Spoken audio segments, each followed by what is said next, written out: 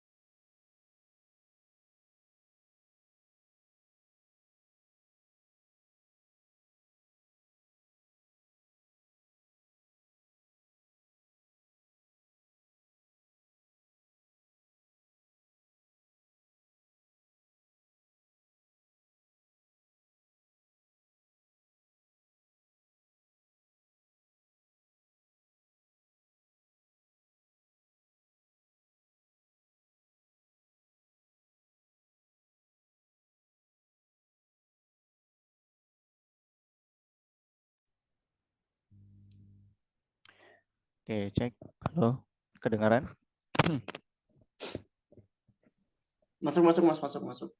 Ya, boleh Mas kalau mau langsung dimulai. Oke, kita mulai aja deh, Mas ya.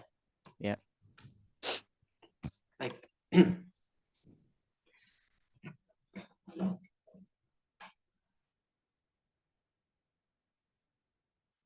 Assalamualaikum warahmatullahi wabarakatuh. Sebelumnya perkenalkan, nama saya Ahmad Dali Putra. Saya akan menjadi MC pada sharing season malam hari ini. Sebelum kita memulai sharing season pada malam hari ini, kita sapa dulu nih narasumber kita, Mas Putra. Halo Mas Putra. ya, halo.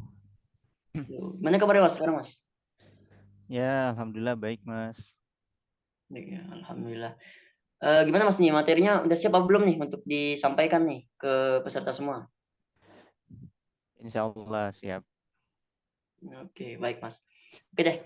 Oke baik. Langsung aja Mas kita mulai sharing season kita pada malam hari ini. Waktu dan tempat kami persilahkan ke Mas Putra. Terima kasih. Oke.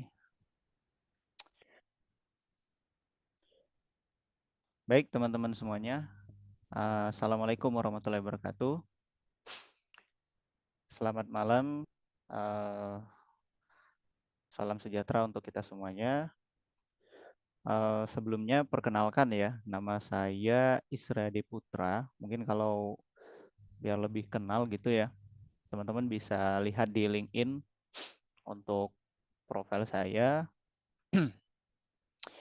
Jadi saya itu apa ya, eh, awal mengikuti cyber security itu sebenarnya pada tahun 2019 ya, 2019, kemudian 2020 itu pernah apa ngikut ya, jadi bug hunter gitu, bug hunter di eh, Linux support ya.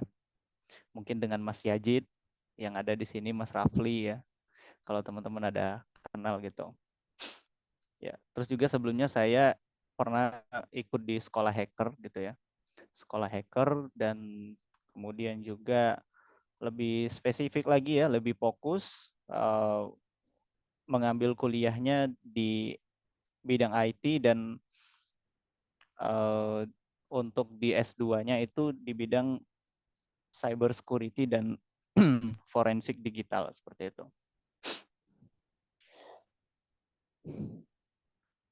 Oke, jadi teman-teman sekalian, di sini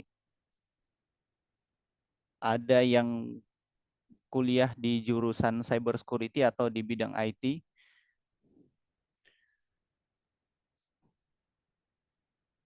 Pasti banyak ya. Banyak Bang. Ya, atau mungkin bisa di chat di komen gitu. Pakai suara nanti tabrakan suaranya ya karena banyak gitu. Oke. Nah, banyak ya. Di sini nanti teman-teman kan yang kuliah itu pasti eh, yang jurusan IT bingung gitu untuk buat skripsi gimana atau cara menentukan judul gitu ya untuk skripsi khususnya di bidang cyber security. Nah, nanti bisa kita sharing ya terkait itu. Dan kemudian di sini ada yang uh, di apa sudah bekerja teman-teman di bidang IT, mungkin di bidang software engineer atau bidang apa SOC gitu, developer Yes. ada ya. Oke. Nah, jadi teman-teman sekalian, hmm, kita ketahui ya di dunia cyber security pada hari ini itu sangat pesat sekali ya perkembangannya dan tentunya teman-teman yang memiliki sistem ya, yang memiliki website atau yang ditugaskan instansi itu uh, apa namanya mungkin masih butuh pengalaman atau sharing untuk kita pada malam hari ini, mudah-mudahan gitu ya dapat pencerahan. Ya, meskipun ya dalam waktu yang singkat 2 jam ya mungkin tidak terlalu banyak didapatkan, tapi mudah-mudahan bisa dapat gambaran pencerahan terkait bagaimana cara-cara atau langkah-langkah untuk kita merespon serangan yang terjadi gitu. Karena banyak juga ya serangan-serangan yang terjadi itu di website, baik pun pemerintahan maupun swasta ya, itu malah bingung gimana cara untuk mengatasinya gitu kan, apa yang harus dilakukan dan sebagainya. Ya. Baik teman-teman sekalian, di sini saya akan share materinya ya untuk kita pada malam hari ini.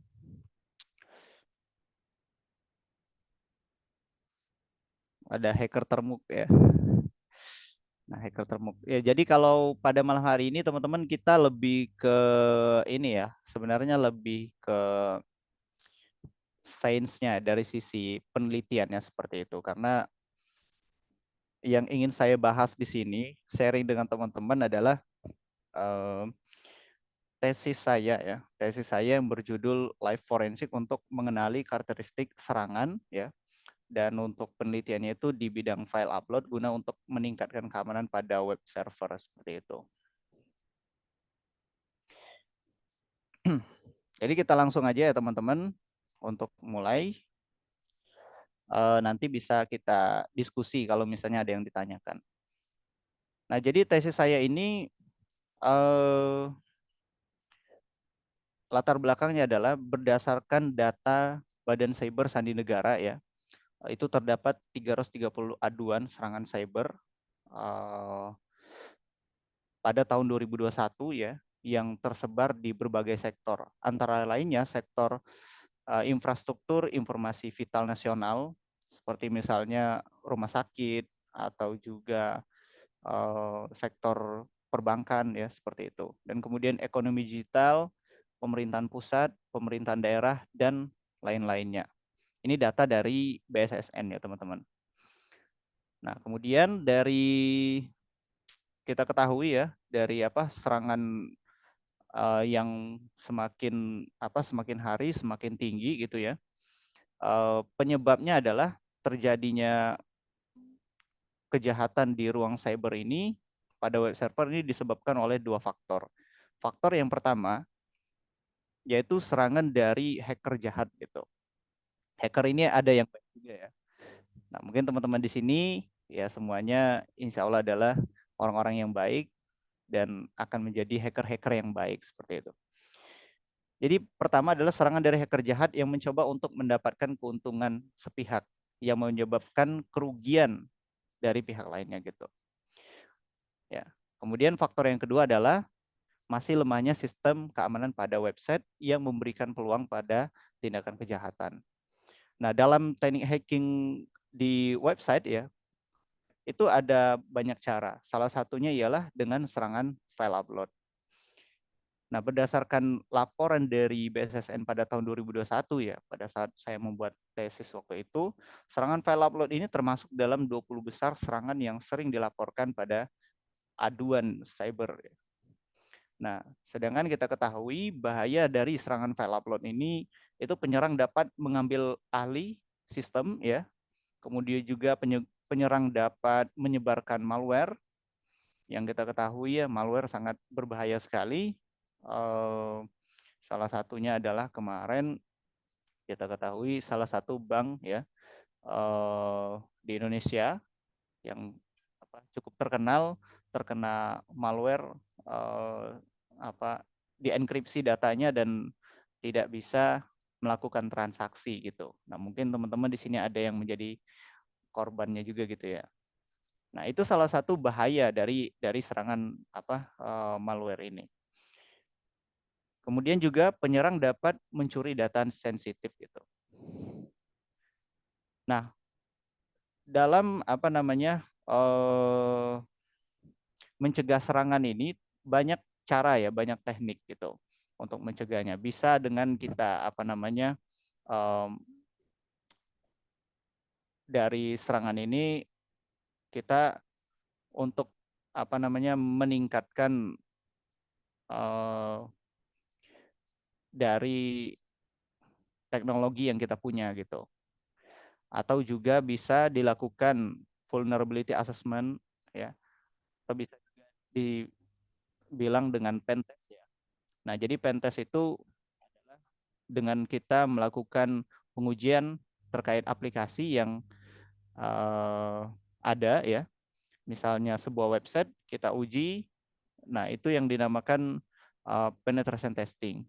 Tapi dari penetration testing ini itu terkadang tidak selalu akurat gitu, tidak selalu akurat dengan kejadian yang terjadi atau serangan yang dilakukan oleh si hacker ya. Karena kenapa? Dia kan penetration testing pastinya mengikuti checklist ya, dan ya kemungkinan pasti ada yang terlewat gitu ya. Atau juga saat sekarang ini kan serangan dari serangan cyber itu pasti selalu berkembang ya. Tekniknya, caranya setiap hari selalu berbeda-beda gitu. Ya, masuknya mungkin lewat pintu mana kita nggak tahu kan. Nah, makanya dengan seperti itu ya, harus ditingkatkan juga cara untuk mengetahui dan juga untuk kita menutup celah serangan tersebut. Itu yang pertama. Dan yang kedua adalah kita bisa menggunakan pendekatan live forensik ya, yang merupakan cabang dari keilmuan forensik digital. Nah, forensik digital ini ialah cabang ilmu forensik yang menggunakan ilmu pengetahuan untuk mengumpulkan, menganalisis, mendokumentasikan, dan menyajikan bukti digital yang berhubungan dengan kejahatan cyber di persidangan gitu. Ya, jadi teknik forensik digital ini digunakan untuk penyidik untuk mengumpulkan bukti dari berbagai macam perangkat digital. Misalnya itu dari handphone ya, dari forensik ini banyak ya teman-teman. Ada juga terbagi beberapa bagian dari network forensik. Ada juga dari kalau kita lihat di sini ya. Nah, ini teman-teman bisa lihat digital forensik itu ada komputer forensik, ada multimedia forensik, network forensik, ada juga dari sisi metodologinya, kemudian storage forensik ya, ada juga intelligent analysis, tools, dan banyak di sini yang bisa kita gali ya, yang bisa kita pelajari seperti itu. Nah, jadi teman-teman sekalian, khususnya di bidang live forensik ya, live forensik ini adalah mengumpulkan bukti digital itu secara langsung ya. Kalau misalnya forensik seperti biasa itu kan misalnya kita mengakuisisi bukti digital seperti flash disk ya, data di dalamnya itu tidak secara langsung, mungkin beberapa hari gitu atau beberapa minggu, artinya tidak secara langsung ketika kejadian itu terjadi. Nah, tapi kalau live forensik itu secara langsung, secara real time ya, pada barang bukti itu langsung dilakukan akuisisi sehingga lebih cepat ya, lebih cepat dan juga lebih cepat juga untuk kita melakukan penanganan gitu. Nah, ini ya, metode live forensik dapat melakukan analisis serangan yang sedang terjadi secara lebih kompleks dan memberikan rekomendasi perbaikan pada sisi security, sehingga memiliki keunggulan dari metode yang sebelumnya itu penetration testing, karena dapat dilakukan pada saat sistem sedang berjalan dan tidak mempengaruhi dari sisi web server, sehingga akan lebih cepat dan tepat sasaran dalam melakukan mitigasi serangan yang terjadi. Nah, ini teman-teman sebelumnya juga sudah ada penelitian ya terkait kalau yang saya ini menelitinya itu adalah khususnya di bidang network ya, network forensik. Peneliti sebelumnya itu ada dari Ahmad ya. Dia itu meneliti tentang penelitian analisis serangan MITM gitu, main in the middle attack. Dan kemudian juga sebelumnya ada juga yang meneliti tentang yang berkaitan cyber security dan lab forensik, yaitu pada 2017 ya, pada router OS menggunakan API service untuk investigasi serangan jaringan. Nah, penelitian ini menggunakan metode lab forensik. Dia fokus untuk serangannya itu adalah serangan brute force. Hasil dari penelitian ini mendapatkan pemberitahuan serangan melalui API, yaitu log activity, IP address ya, ARP, DHCP, dan informasi-informasi berharga lainnya. Nah, selanjutnya untuk mengetahui aktivitas yang tidak sah dari router, itu juga ada diteliti oleh ini ya, Riyadi et al. Kemudian juga ada penelitian pada forensic router dari AJI ya. Intinya banyak ya teman-teman dari penelitian-penelitian sebelumnya. Nah, ini penelitian dari yang 2017 ya, AJI et al. Ini adalah memfokuskan pada pengembangan sistem untuk pengamanan jaringan komputer menggunakan analisis forensik jaringan. Ya, materi yang digunakan ialah live forensik dan jenis serangan yang digunakan pada penelitian ini itu adalah HTTP flooding. Selanjutnya deteksi serangan pada router yang dilakukan oleh aplikasi Winbox dengan aplikasi WireShark seperti itu ya.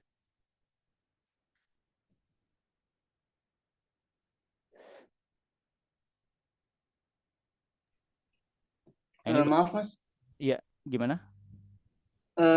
boleh jadikan Farel co-host nggak Mas? Oh ya.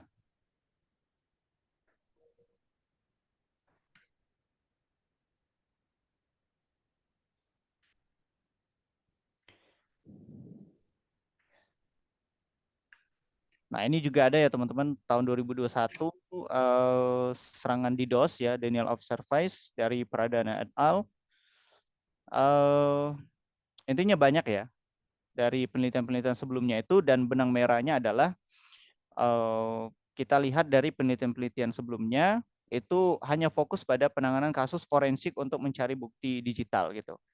Tidak memberikan rekomendasi perbaikan pada sistem web server, sehingga pada penelitian yang saya teliti ini adalah metodenya lab forensik dan spesifik serangannya itu adalah dari serangan file upload seperti itu.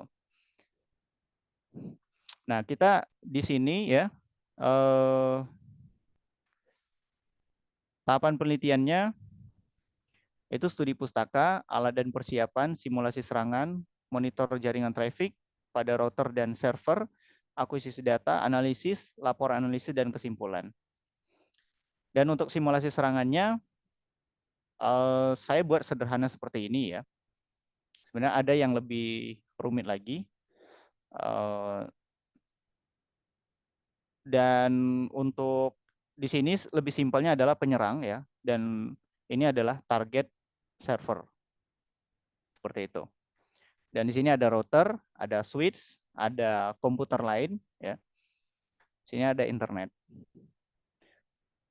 Nah, dari penyerang ini dia melakukan serangan ke target ya. Katakanlah ini targetnya dengan banyak komputer lain ya. Dengan IP 192.168.10.254. Targetnya adalah ini. Nah, serangan untuk simulasi serangan itu saya menggunakan serangan berawalnya itu dari celah file upload dan menimbulkan dua serangan, yaitu adalah serangan DDoS ya, serangan DOS, dan juga serangan web shell ya, yang dapat menyebabkan RCE seperti itu. Nah, ini secara ringkas saja teman-teman. Simulasi serangan DDoS-nya seperti ini ya. Jadi ini saya menggunakan Burp Suite untuk tools-nya, mengirimkan request banyak ke target sehingga menyebabkan website itu berdampak ya. Salah satunya adalah meningkatnya resource dari router dan juga traffic dari pemantauan menggunakan dari target server ini. Dan yang kedua, simulasi serangannya itu adalah menggunakan serangan web shell ya, melalui file upload tadi. Dan ini teman-teman bisa lihat kita berhasil untuk bisa untuk melakukan delete data ya, bisa melakukan delete data dan juga menduplikat data yang ada di sini seperti itu. Nah, ini secara ringkas saja ya teman-teman. Kalau misalnya mau lebih kompleksnya nanti bisa baca di tesis atau di jurnal saya gitu. Nah, selanjutnya kita setelah lakukan simulasi serangan, itu akuisisi data serangan. Ya. Ini merujuk pada metode digital forensik research workshop yang dibuat pada tahun 2002, mengusulkan 6 tahapan, yaitu identifikasi, persiapan, collection, examination, analysis, ya, dan presentation. Nah, di sini bisa kita lihat ya, untuk ininya tadi, tahapan penelitiannya ya seperti ini gitu. Sorry, ini agak kebalik tadi.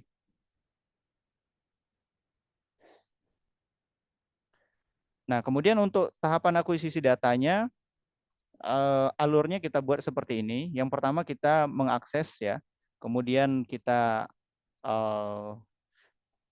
mendapatkan log data, ya, kita tarik data lognya, kemudian proses akuisisi. Nah, untuk spesifiknya ya, terkait akuisisi data serangan DDoS, itu seperti ini ya. Bisa kita lihat serangan pertama yang dilakukan adalah serangan DDoS. Bersama dengan itu dilakukan monitoring dan akuisisi data log traffic pada WireShark yang dilakukan melalui komputer server menampilkan data berupa time ya, tahun, bulan, dan tanggal, kemudian jam. Di source itu ada IP, pengakses, dan destination IP yang dituju, protokol, TCP, dan informasi yang dapat dilihat pada gambar di sini ya teman-teman. Nah, jadi bisa dilihat di sini ya, ada ACK yang sangat banyak sekali, PSH ACK. Ini adalah ciri-ciri bahwa banyak sekali traffic yang dikirimkan ke target gitu. Nah, jadi teman-teman sekalian perlu diketahui ini kita melakukan 2 serangan tadi ya. Nah, serangan yang kedua ini adalah serangan web shell ya. Jadi serangan web shell ini dapat dilihat ya pada traffic WireShark ini di sini ya, banyak sekali traffic, dan ini kita lihat pada apa namanya slash ini ya, slash DVOA slash vulnerability upload gitu. Nah, di sini bisa kita lihat terdapat ciri-cirinya adalah seperti di gambar ini. Ini secara ringkas saja ya teman-teman. Dan data-data yang didapatkan itu adalah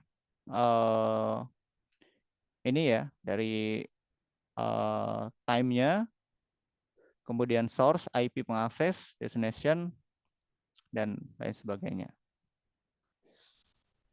Ya, ini mungkin saya lupa memasukkan ya. Sebenarnya ada data dari routernya juga ya.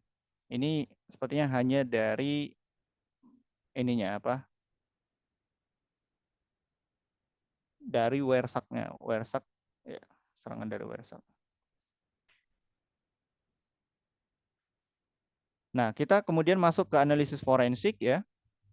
Jadi analisis forensik dan karakteristik serangan. Nah, jadi setelah kita melakukan akuisisi data ya pada router ya, tahapan selanjutnya ialah kita melakukan analisis terkait data-data yang kita dapatkan tadi. Nah, sehingga kita dapat menentukan karakteristik serangan yang terjadi ya, serangan file upload yang menghasilkan DDoS, pemantauan dari router itu yang pertama adalah kita mendapatkan IP penyerang ya.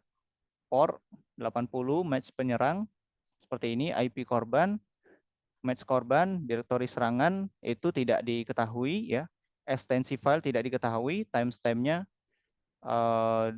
ini ya, kemudian traffic pada routernya meningkat sebanyak 10% dan script filenya tidak diketahui. Nah, sebenarnya teman-teman untuk traffic pada router ini kalau di tesis saya ada perbandingannya gitu ya. Ada perbandingannya, sebentar saya ini dulu.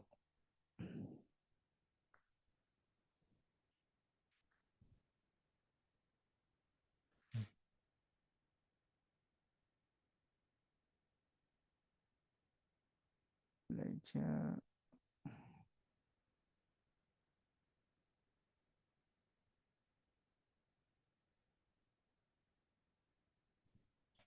Webinar.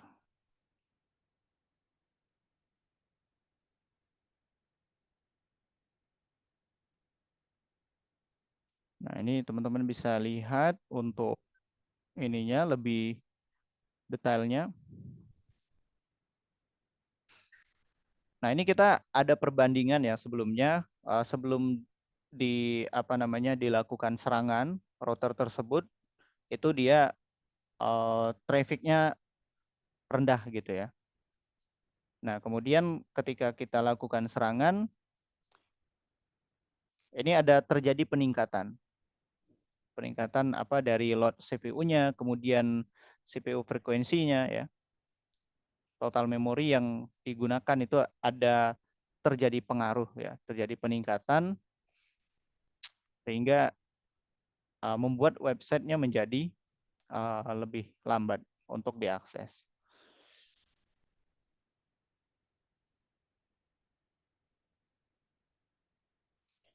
Nah, ini dari hasil karakteristik serangan file upload ya. Menghasilkan serangan DDoS, pemantauan dari router ya. Jadi kita sebenarnya dari ini tadi, dari serangan ini tadi melakukan pemantauannya adalah dari router dan juga dari server itu sendiri ya. Dan untuk di sini ini adalah dari router ya. Dan kemudian karakteristik serangan yang ini ya masih file upload itu dari web server kita mendapatkan ini ya.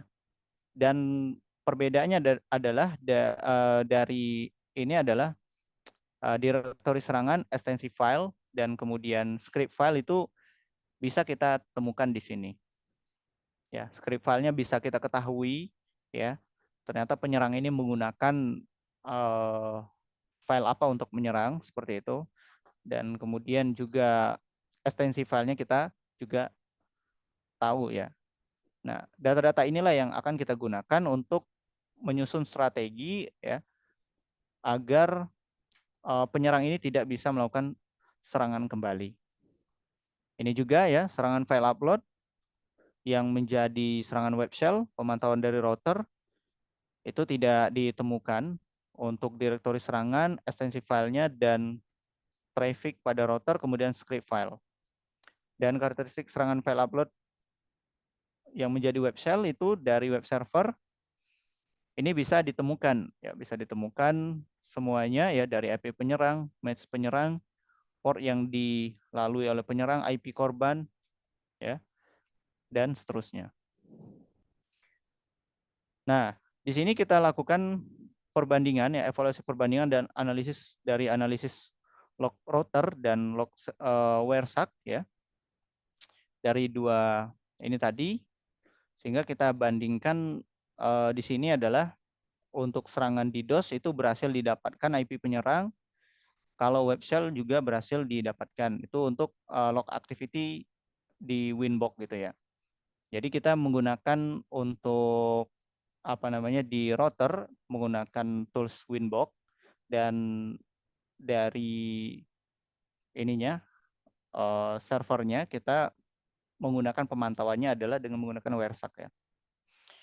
Kemudian match penyerang juga kita berhasil dapatkan, DDoS juga ya. Perbedaannya di sini adalah dari file serangan.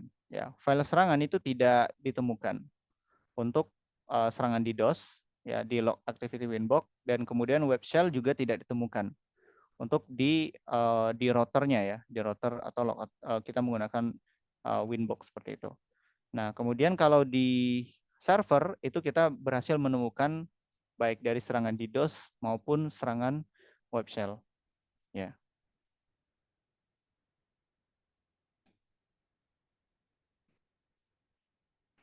Nah, kemudian di sini kita melakukan standarisasi penemuan artefak serangan DDoS dan file upload, ya.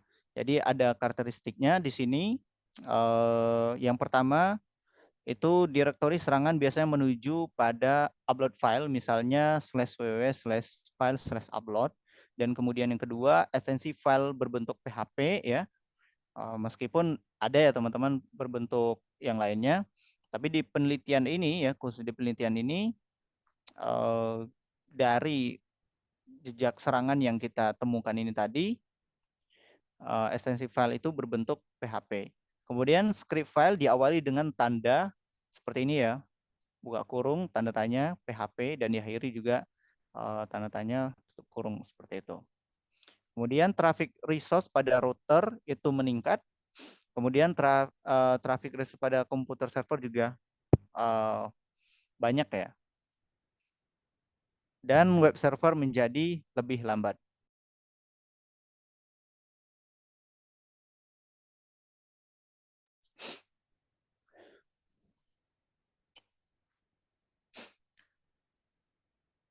Nah, ini untuk standarisasi artefak serangan file upload.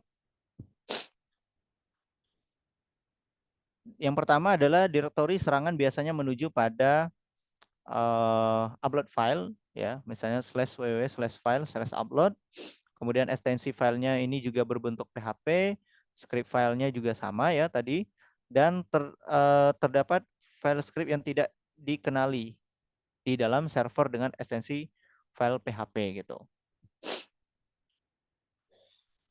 Kemudian yang keempat, file dalam database ini bisa tiba-tiba hilang, ya. Bisa saja mungkin sudah dihapus oleh penyerang, gitu, ya. Jadi kita bisa memantau, ya, melakukan monitoring untuk dari web server kita. Kalau misalnya ada file yang tiba-tiba terhapus, tiba-tiba hilang, atau dihapus oleh user yang tidak dikenal, itu bisa jadi adalah tanda-tanda bahwa website kita sudah diserang, gitu. Selanjutnya, web server menjadi lambat dan tidak dapat diakses. Nama file dalam database tiba-tiba berubah. Nah, ini bisa juga terjadi, ya, karena si hacker sudah masuk.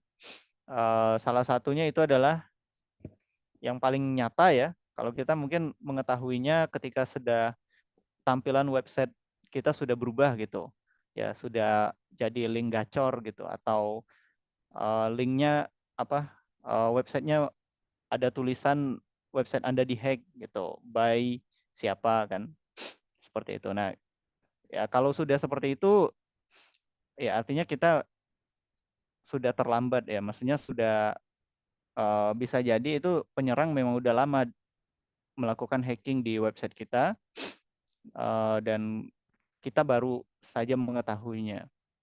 Padahal dia sudah melakukan berbagai macam eksploitasi, ya, dari kerentanan-kerentanan yang ada, sehingga bisa melakukan device ataupun juga merusak website yang kita miliki. Nah, ini untuk rekomendasi perbaikannya, ya, teman-teman. Sebenarnya banyak, ya, di sini. Salah satunya adalah dari direktori serangan biasa menuju file upload, misalnya /www/file/upload, itu kita memastikan integritas direktori file upload hanya dapat diakses oleh yang berhak saja, gitu. Artinya jangan semua orang bisa mengaksesnya. Kemudian juga ekstensi file upload itu berbentuk PHP, jadi kita bisa melakukan pembatasan ekstensi file, ya, data yang diperlukan saja. Misalnya kalau kita untuk upload gambar, ya, maka hanya ekstensi gambar saja yang kita izinkan, ya. Kemudian juga kita buat validasi input agar esensi file tidak dapat di-bypass saat dilakukan intercept oleh penyerang. Ini juga ya, script file diawali dengan tanda seperti ini, diakhiri ya dengan tanda tanya dan buka kurung, tutup kurung ini. Maka kita juga bisa batasi input isi data file yang boleh diunggah, misalnya tanda yang tidak boleh gitu ya, tanda tanya atau juga tutup kurung seperti ini, itu juga bisa kita batasi. Untuk serangan DDoS, ini sama ya, seperti tadi. Perbedaannya adalah kita membatasi dari besar ukuran ya, dari besaran ukuran dari upload file tersebut. Kemudian juga kita bisa melakukan untuk serangan DDoS ini pembatasan waktu. Misalnya pembatasan dalam satu waktu untuk upload file itu ya dari satu akun itu hanya bisa satu kali gitu dalam 2 menit gitu ya, atau dalam 1 menit. Sehingga penyerang itu tidak bisa melakukan upload file secara berulang-ulang. Ya, seperti itu. Nah, mungkin itu ya teman-teman dari sharing saya terkait tesis yang saya teliti ya. Jadi secara kesimpulannya ya, menggunakan metode live forensik ini kita juga bisa gitu untuk lebih cepat ya merespon serangan. Kemudian juga ketika kita bisa melihat secara real time ya, nanti juga bisa kita menentukan langkah-langkah atau strategi apa saja agar kita bisa memitigasi ya terkait serangan yang terjadi. Misalnya ini dia masuknya dari pintu mana nih gitu kan. Oh, berarti kita perbaiki pintu itu dan kita tutup gitu. Sehingga penyerang itu tidak bisa masuk lagi. Ya, ini sebenarnya dari penelitian ini hanya contoh kecil saja teman-teman. Mungkin bagi teman-teman yang sudah pro di sini gitu atau bapak-bapak dan ibu-ibu sekalian yang sudah lama dalam penelitian khususnya di bidang cyber security ya, di bidang forensik digital, pastinya lebih tahu ya mungkin ya, lebih paham. Ya di sini kita sama-sama berbagi saja. Saya juga masih baru ya teman-teman sekalian di dalam dunia cyber security ini. Mudah-mudahan ya dari sharing kita ini bisa nanti bertukar pikiran dan juga mendapatkan sesuatu yang baru gitu. Ya, jadi kebaruannya dari penelitian saya ini adalah dari penelitian-penelitian sebelumnya teman-teman itu khususnya dari live forensiknya dan artefak serangannya gitu. Jadi dari perspektif bagaimana kita bisa merespon serangan ketika terjadi serangan tersebut secara cepat ya. Kalau mungkin dari sebelum-sebelumnya itu ada yang meneliti tapi tidak memberikan rekomendasi perbaikan atau juga dia menggunakan forensik tapi tidak secara real time gitu. Mungkin itu saja. Demikian. Assalamualaikum warahmatullahi wabarakatuh. Waalaikumsalam warahmatullahi wabarakatuh. Terima kasih banyak Mas Putra atas materi yang sudah dipaparkan tentang live forensik ya. Itu menarik banget bagi kita yang memang belajar di bidang forensik gitu pastinya. Oke, baik sekarang kita masuk ke sesi selanjutnya yaitu adalah sesi tanya jawab. Untuk teman-teman sekalian yang ingin bertanya bisa langsung open mic atau lewat chat ya teman-teman ya. Silakan